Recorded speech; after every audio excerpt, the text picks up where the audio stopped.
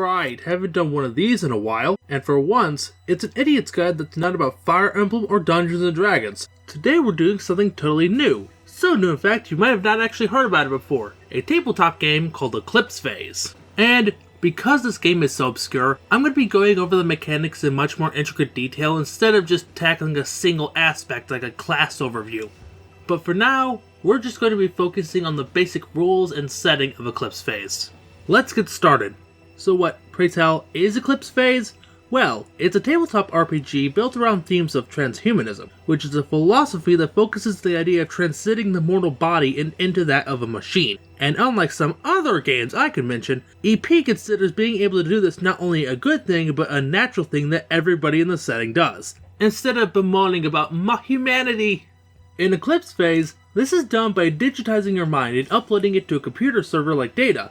And as long as you have more than one copy of your brain stored somewhere, you can't be killed. This doesn't just allow you to give death a big fat middle finger though. It also allows you to do what the book calls resleeving, which is possibly the coolest shit ever put into a cyberpunk setting. What's resleeving? Basically, in this universe, since bodies and forms are so interchangeable, they're just called morphs or sleeves. And the process of leaving one body and downloading into another is called resleeving. And not just human bodies either. They can be organic, which is called a biomorph, and basically the entire animal kingdom is available for you to use. But that's not all. They can also be robotic in nature, called a synthmorph, or even a raw digital data, called an infomorph. Hooray for cyber terrorism. However, the one in the conductor's seat, called your ego, works a bit differently. I am a shadow, the true self. Your ego is the acclimatization of all your skills, memories, and your personality. Basically imagine a consciousness jumping between multiple forms as the situation calls for it, and, if need be, you can create multiple copies of the same ego to perform different tasks. However, they will all effectively be their own persons traveling across the galaxy, so keep that in mind. But Eclipse Phase isn't all body surfing and ego death. The universe is a desolate, extremely dangerous place full of demons, hostile Xenos, and most evil of all, capitalism. From militaristic death cults to mutualist havens and everything in between, there are many races, factions, and creatures to find out in the great beyond for you to discover. But before you can do that, you need to learn how to play the game.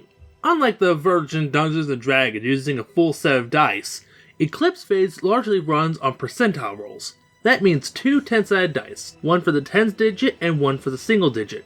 However, sometimes the 2d10 dice will be added together with the 6-sided dice roll for situations like a recharge pool and damage.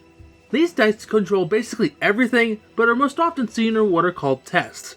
When the Game Master calls for a test, you roll your 2d10 and they compare the result with the number needed to pass the test, which is determined by your skill, aptitude number, or rep network score.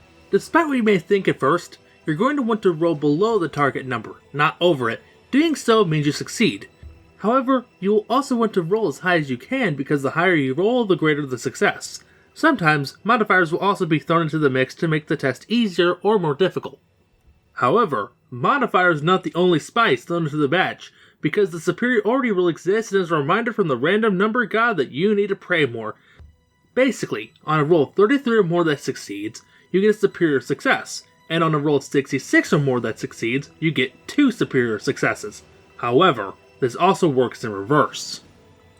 A failure of 66 or below earns you a superior failure, while a failure of 33 or below will get you 2 superior failures. After you are blessed/cursed with superiority, you choose how this manifests by picking from a selection of options. You can affect the quality, the quantity, the detail, the covertness, the damage, or the time it will take to complete this action.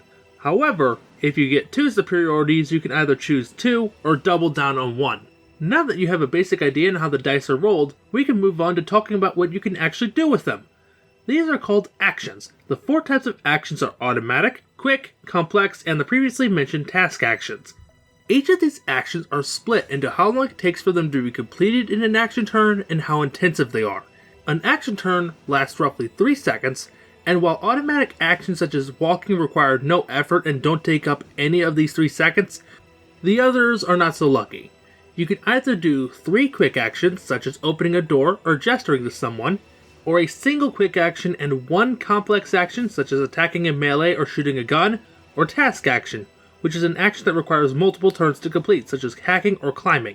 Keep in mind, you cannot do a task action and a complex action in the same action turn. However, you can make a job easier or harder by rushing to finish it faster or taking a bit more time to be careful. There's one more rule I would like to go over before drawing this video to a close. Pools. These are enhancements brought on by the capabilities of your current morph as well as during character creation, which we will get to next time.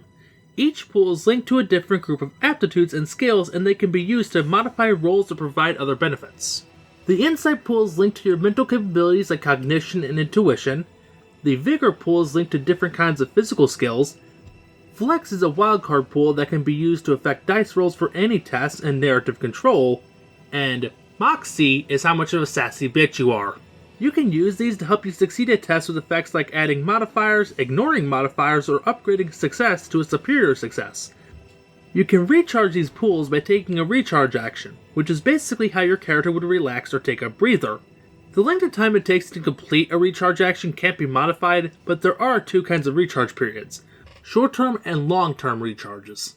A short recharge can be done twice a day, takes 10 minutes, and replenishes 1d6 pool points that can be allocated however you wish among the different categories. A long-term recharge takes between 4 and 8 hours depending on what morph you are currently inhabiting, can only be done once a day, but fully replenishes all of your pool points like you're good as new. But hey, that'll about do it for today. Next time we'll be going over how to make your apeshit insane morphs and egos to explore the world of this wonderful game. See you all then!